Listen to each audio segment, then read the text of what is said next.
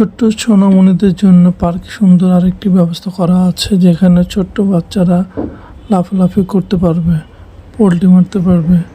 শুধু ছোট cute cute বাচ্চাদের জন্য এই সুব্যবস্থা করা আছে। এখানে দেখেন কি সুন্দর করে জাম্প করতেছে,